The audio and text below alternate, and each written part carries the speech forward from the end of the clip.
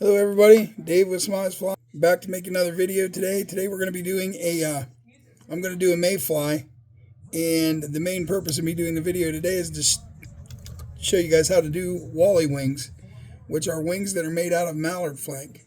And I'm also going to be using peccary, which is wild boar hair, and I'm going to be doing that for the body. So it's going to be an interesting video, so pay attention and have fun with me, and you never know, you might learn something. Then again, you may already know it, and I'm, just preaching to the choir. Either way, we're here to have a little fun. That's what it's all about. So what I'm doing now is laying the thread bed, which I'm sure you guys already know this. I like to make it a nice, smooth, even transition, get that thread bed good on there. And the biggest reason for a thread bed is so that when you tie your materials in, the materials will have something to bite to besides, because sometimes the top of the hook shaft will be slippery. And with the thread being on there, it won't be. Cut my tag end off. I'm going to use some mallard flank, not only for the wally wings, but I am going to use it for the tail on my dry fly as well.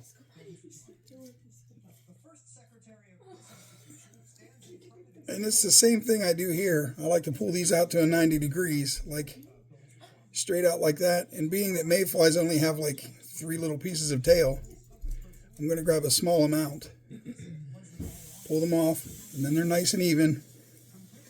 And mayflies' tails are pretty long normally, so I'm going to do about 1 1/4 the length of my hook shank. I'm going to do that. I just found out today, you guys, that one of the people that I production tie for will have me an order for tomorrow. And the last order he gave me was for 200 dozen. And he was saying that he would do anywhere between 300 and 500 dozen this time, but we'll see what happens. I'm just very excited to finally get one going. I've got one that for 17 dozen, which I have 3 more dozen to finish on that. And then I can move forward and get onto his, and I'll be doing a lot of tying on my TikTok lives. And once I hit 1,000 followers over here on YouTube, or if I hit $1,000 here on the tube, 1,000 followers here on the tube, subs, whatever, I'll start doing my lives right here with you guys and tie my different patterns that I have to tie. So anyway, I just tied my tail in. There it is. It only has a few strands, which is what it should be. They probably could have been a little bit longer, but I'm going to go with what I've got. Now, in preparation of the wally wings, these are curved. I like to have the curve going outward, not inward. And I get rid of this stuff down here, which is basically called CDC, really. It's just the fluff. A lot of people will save that and sometimes dye it to make CDC oil or puffs, because they're very good for floating your flies. But anyway, at this point, you have it held like this. I'm going to do it sideways just to make it easier, but you're going to have to grab both sides and pull down. And what you want to do is you want to get each side to have the same amount of fibers, or as close as possible to that, so they look right. Which I get them to there, and you just stroke them back and get them to where you want them, and then I switch over and I lick my fingers, not make them soak, but moisten them, and then come back like this, and that's going to be my wing. I grab it here, pinch it here, make sure everything looks smooth. Sometimes it works out real well, some other times not so much. And with these, I'm going to come back about 4 hook eyes, so I have enough room for the wings to stand up, and I'm going to lay it right on top. I'm going to grab this and pinch wrap it and put it in. Take 2 or 3 real nice light wraps, and then I like to do this to straighten it up and get them even. And then I'm going to wrap backwards, very tight. Not tight enough to break your thread, obviously, but you want to come back a little bit, and that's far enough. And when you're making your cut, you don't want to cut across this way. You want to cut this way, and the reason why is it makes a much better taper. Thank you, Brian Smith, the fly smith, for that tip. And I'm going to keep wrapping back to cover my tag ends of my mallard flank. And you'll see when I'm done with this that it'll be the absolute perfect taper. Oh, I thought that was part of my tail. I didn't even realize that was still part of my body. Well, not my body, because these things would be too big to cut. But anyway, that's a joke. Ha ha. So I'm going to continue to wrap back until I get all those caught. Get them where I want them. Then I'm going to wrap back forward and up again.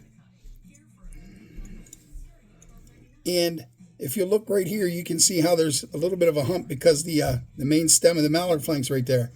So I like to I like to wrap a lot right here back and forth to try to build that a smoother taper rather than having like a cliff drop-off type thing. Which, as you can see, is starting to come together very, very nice. So I'm just going to keep going. Now I'm going to go the whole way back because we're getting too much up front and not enough in the back. Alright, and I think I'm just going to stop right there. And I will do the peccary body last instead of doing it right now. Take this back up forward again. Keep trying to work that transition. I'm going to bring it right back up to the mallard flank and on the back right here. And I like to grab these feathers up top, pull them back, and then I use my thumb to push it back a little bit. And then I'll hold it over as tight as I can right here. And then I get what you want to call a thread dam on the front. And I'm going to do, I don't know, 5-6 wraps because I want them to stand up straight. That should be good. And there we are. We got them standing up the way we want them to. Okay, and the tricky part, which is going to be hard for you guys to see, but I'm going to grab 3 fibers on the one side, the side closest to you, 3 or 4, get a hold of them, and then you slowly strip them down. Like that. You don't need to give a lot of pressure. They're going to rip. You know, if you pull too hard, sometimes you rip the wing right off, and then you're going to be upset with yourself because you have to start over. And then the same thing over here, just a few fibers. Strip them down real nice and slow, and then you're going to have the main stem still left. You get in there. Give that a snip out. There it is. And then you want to snip these off. Which I have a buddy of mine, Danny DeCare. He says he likes to leave these ones here, the fibers up there, because he thinks it makes it look more like a real mayfly. Which I don't know what he's got going on up there in Michigan, but I've never seen a fly down here in PA like that. But it's okay. Danny does a lot of fishing, so I'm sure he's not kidding. And there's another good snip. Something I do differently than most is I've got my resin right here. I will unscrew the lid, and I will put a drop on my index finger, and then I rub it with my thumb. And then I'll come over here and I'll grab one side and pull, and slowly just put some of this resin on the wing itself, and just stroke it backwards, which what it does is it also helps to make it look good. It stands it up just right. Now that I got that done, it's time to cure it. And what it'll do is it'll make these wings absolutely, they're not going to go anywhere. Let's just say that. They'll get real tough on you, which is great because they work. I've had people tell me that they don't want to do this because they feel that it will affect the castability of the fly. It doesn't. It doesn't affect anything. If it does anything, it'll allow you to catch more than 1 or 2 trout before the wings get ruined. Because just straight mallard flank is very easy to break. You know, if it gets caught on the trout's tooth, it's done. You know, and so there you have it. I want you guys to see how nice that turned out. I'm going to turn the vise towards you a little bit, but there's the wings. That's about the best I can turn it. And when I tell you they're very strong, like I can do that as many times as I want to, and it's not going to hurt those wings right now. I got a couple snips I need to make. Nah, come on now.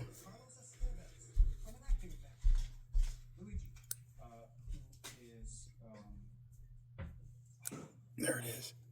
Now I've got a nice set of wings going on, and what I'll do is I'll get in here and I'll spread them out a little further because your mayflies do sit off to the side a little bit more, depending on the age of them and stuff like that. As they get older, they change a little. But so I need to put my lid back on my resin. You guys pay attention to this. This is your normal bottle of what you get resin.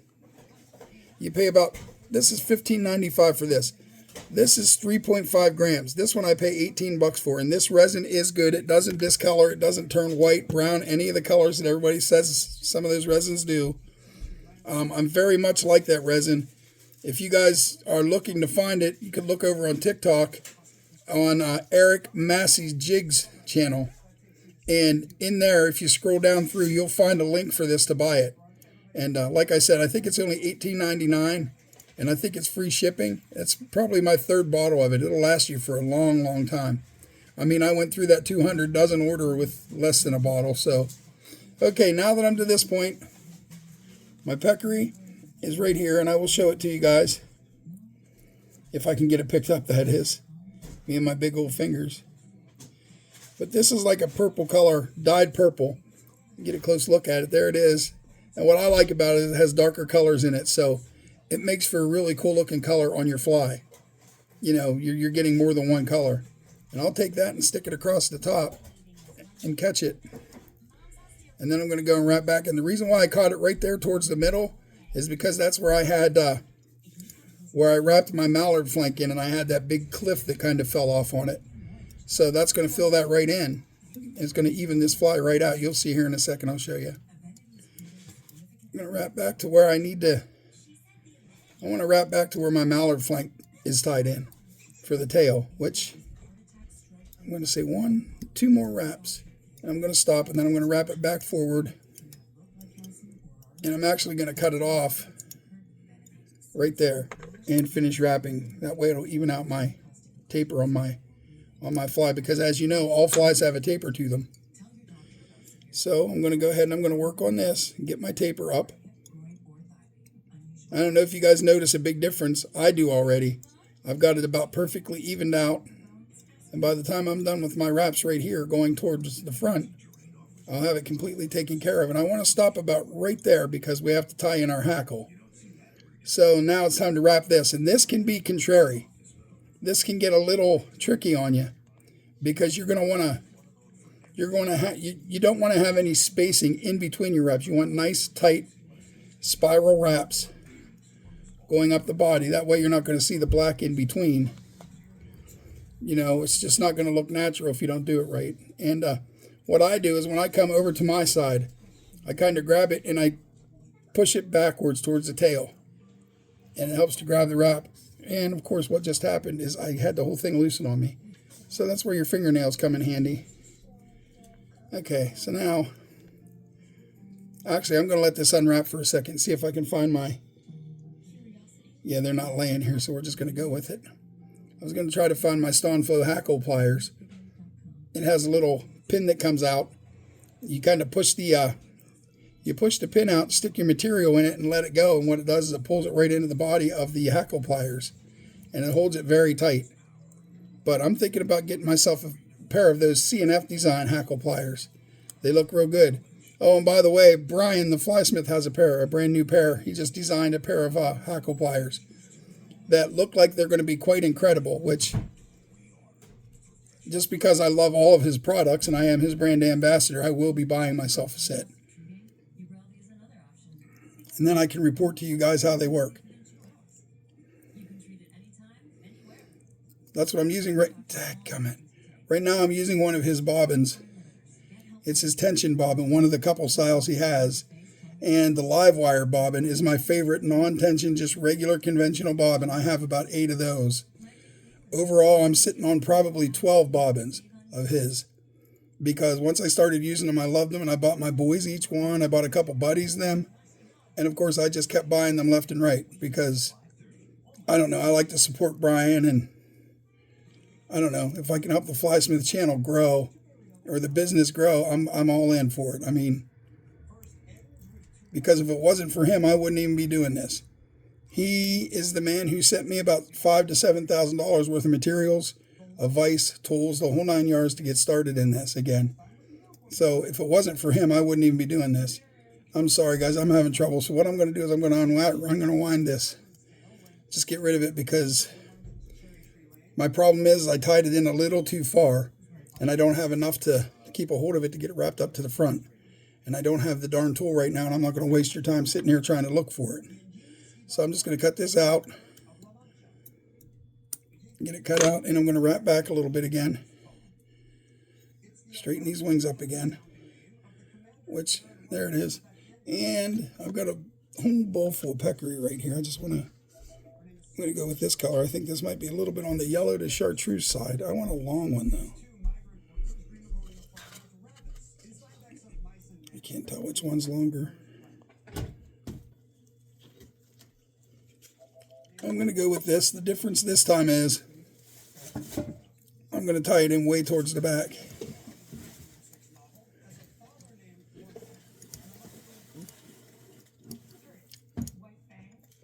And I'm going to tie it in very short instead of tying it into like I did earlier, because I do want to have enough to wrap it the whole way up. So now I'm just going to work my way back up again. And I may build myself another one of those little cliffs because the way I tied this in, but I might not. I don't know. We'll see.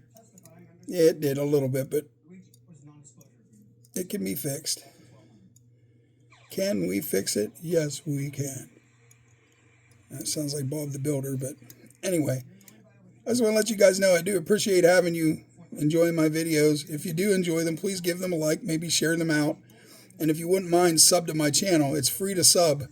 And I'm trying to get to 1,000. And I think you've heard me say this already. But you need 1,000 subs to be able to go live and have your audience comment. I could go live right now if I wanted to, but I could only have 25 people watching me, but there would be no commenting. Which, I don't know. I like to mix and mingle with my audience like I do on TikTok. I've done it on Facebook. I've done it on Instagram. But I prefer TikTok right now. But if it's going to go away, I need to have if they're going to banana it like they say they're going to do, you know, which I truly doubt is going to happen. I heard something about they might be doing a 270-day extension so they can hear all arguments and any cases want to be brought against it. Because I think it is a shame. There's 399,000 businesses on TikTok right now that depend on TikTok. So they're gonna economically hurt a lot of people. All those creators that are making 25 to 50 grand a month off this app and getting used to that lifestyle, they're all going to lose their work. You know, and they're paying taxes on that money, so that's helping the economy. And there's a lot of the creators out there that I don't really care for, but that's not my problem.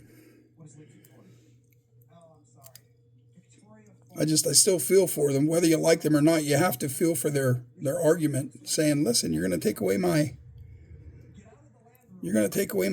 way of living because you're worried about privacy.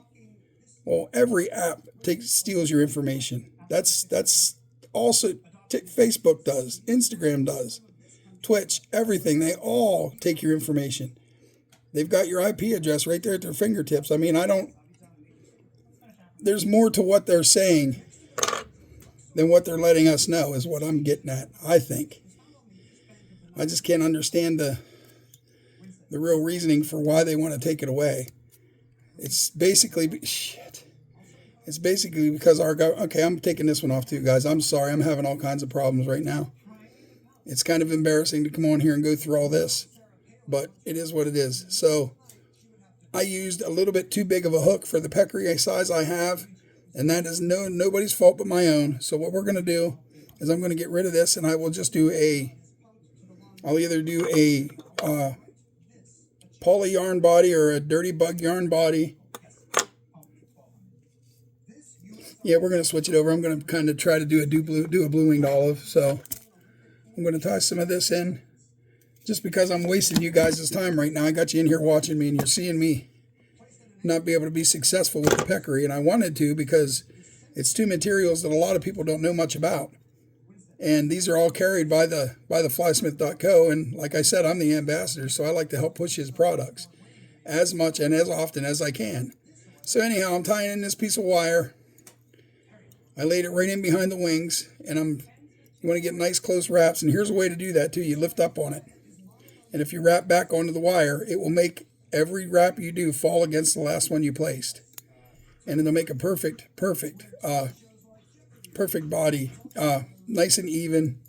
You know, it'll look really nice like that.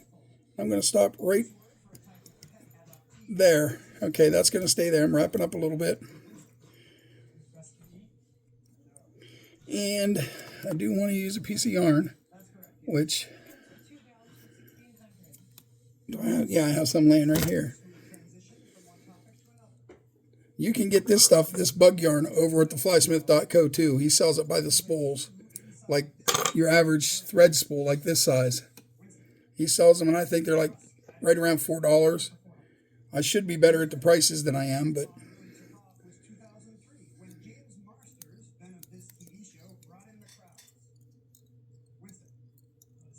and I'm going to take that and I'm going to wrap wrap this all the way back. Now, here's the thing: when you're wrapping this stuff in, it doesn't have to be a perfect body wrapping back. You can do loose wraps however you want to do it.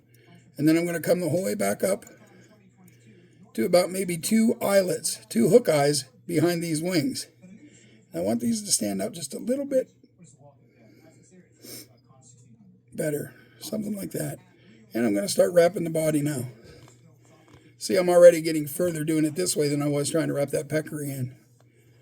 I should have known not to use a size 12 2X long hook for that. I should have used like a size 14 2X, or, you know, maybe even a size 16, something along those lines. But that's my fault. I'm sorry I wasted your time there. And I'm going to stop right here. And we're going to get this wrapped in. And something I like to do when I'm wrapping, and if I want to keep a hold of what I have in my left hand, I'll grab my right thumb and push it against the bobbin, and it makes it stay there so it doesn't take off on you. I don't know if you want to call that a tip. Maybe you already knew that, but it really works for me. I do it all the time.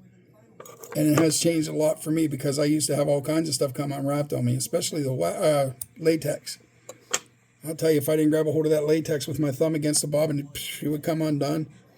And now what you want to do is you want to wrap forward in loose, not touching, even wraps to make the segmentation. So if you're watching from that side, you're going to see that I'm trying to get these wraps as even as possible, same distance apart, like that. That one needs to come back just a smidge more. And yes, I get awfully picky. I mean, you know, the trout aren't going to care, but 9 times out of 10, when you're doing fly fishing, you're selling to a fly fisherman. You're not selling to the trout. If you were selling to the trout, it wouldn't matter what they look like, because the bottom line fact is that you could take yarn and put it on a hook. And as long as you present it right, meaning that there's no skate to it, that it's flowing exactly with the current, the fish are going to come up and take it. You know, they don't care about all that. But I have to sell to the fly fisherman first. So, and then I'm going to helicopter the excess wire off. Whoops. It got around my eye. And it will helicopter right off like that. There it is. Okay, so now we're at the point where it's time to tie some hackle in, because the hackle is what makes these float. And I don't know whether I should use, I'm going to use a light brown color just because I like that with the blue-winged olives. And I've got a piece right here. We're going to get to the end that, you know, you need to get to. You don't want to be at the tip. And I like to take some of these barbs off. And I don't know if you can tell, but my barbs start here, and it gives me that little bit. What that does, it gives me a little bit more control when I go to wrap the feather to get them to stand up properly. Where if you have them clear down at the bottom, you're starting off wrapping, your barbs are going to start just going all over the place. And it's hard to get them to stand up nice and even. There's a trick to be able to make it work for sure every time, and that would be to strip the barbs off of one side of the feather you have in your hand. That really makes them look pretty. But I have a hard time doing that because these saddles that we buy with these feather on it are anywhere from like $80 clear up to $250, $300 depending on the grade. And I can't imagine, I can't bring myself to waste it. I can't. So I am up front now. And now we got this, and you see I have a little bit of a space right there? That's the nice thing, because now I'll be able to get it to come and stand straight up. Now you watch me have all kinds of trouble now that I said that.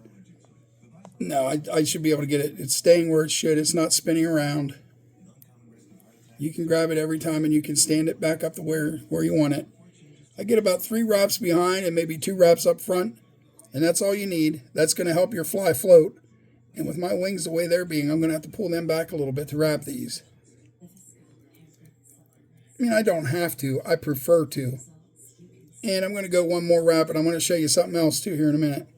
Let me get this tied in. So once you get this all tied in and it's time to snip it off, you're going to notice that you're probably going to have some barbs sticking out over the front of your hook eye, like they're doing right now, because you're wrapping it in and you're catching fibers. So I'm going to go ahead, I'm going to try to build a little bit of a black head up top, like this, and keep going, and that's good enough. And then I'll get in here and I will snip this out, but I'm going to spin my vise around and make sure I can snip it at the right spot. I get real fussy about where I snip it because I don't like having pieces of the shaft of the feather sticking up. So there's that. And the trick I want to show you here to get rid of those feathers that are over the eye, where in the world is my tool? There it is. This is called a bodkin. A lot of people, you can pick fibers out. You can put glue on with these. This one has a hole at the other end. So I will take this and I will pull my thread down and I'll wrap around it 1-2 times around my bodkin, and then take it and put the end, that hole, over my eye, and I'll pull the thread back and off, and see what happened? It pulled all those fibers that were sticking out over their back, and they're out of the way now. It's a very, very nice thing. It's a very, very good trick, whatever you may want to call it. I'm going to get up here and I'm going to give this a snip. There it was. I probably have a piece of black sticking out somewhere now because it cut too early. Is that it right there? Nope. Nope, we're good. There it is. There is a blue-winged olive. Now, I'm not quite finished. I get real fussy about it. So I have this thing called the Hairline Company. It's a great company, by the way. The Hairline Company is. And this is their cautery tool. And you want to take this, and you can get up in here and you can get rid of any of these extra hairs that are there and really clean the front of your fly up. And your hook eye especially, because then you'll be able to get your leader through real easy. And it just makes life that much easier, in my opinion. And I do use head cement a lot, but on this I'm going to use a little bit of resin because I have a brush that just is such the perfect brush to be able to get that right. And I will take my bodkin, since I put glue or resin there and I'm going to cure it. I don't want to cure the eye shut because I did all that work to make sure that the eye wasn't going to be crowded or plugged or anything, so you can put your leader through it easy. When you're tying, you're always thinking about the fisherman. If you're not, you ain't doing it right. You got to think about the fisherman. So there you have it, folks. And what I'm going to do is I will pull this off of here and I will stick it in a pair of tweezers and bring it up to you a little closer. This is a size 12, 2X long shank, blue-winged olive dry fly with Wally wings. Not the pre-made wings that you can buy and push off of a card. These are made by hand. And I'm a very big fan of the Wally wings. Once I figured out how to do them and do them right, that was it for me. But there you go. That's a size 12, 2X long shaft, blue-winged olive. Look how beautiful and real those wings look. It's just insane. I love, love, love those Wally wings. And I wanted to share that with you guys because I feel that once you guys practice and learn how to do this, which it may take a little bit of time, but everything does. And once you figure this out, you're not going to want to do any other wings because these look way realer than the pre-made wings that you can get. All right, you guys, God bless you all. I thank you very much for coming in here. If you like what you see, please press a like on the video. And if you don't mind, give me a sub so I can get up to 1,000 and start coming on here live and hanging out and chilling with you guys. God bless you all. Later.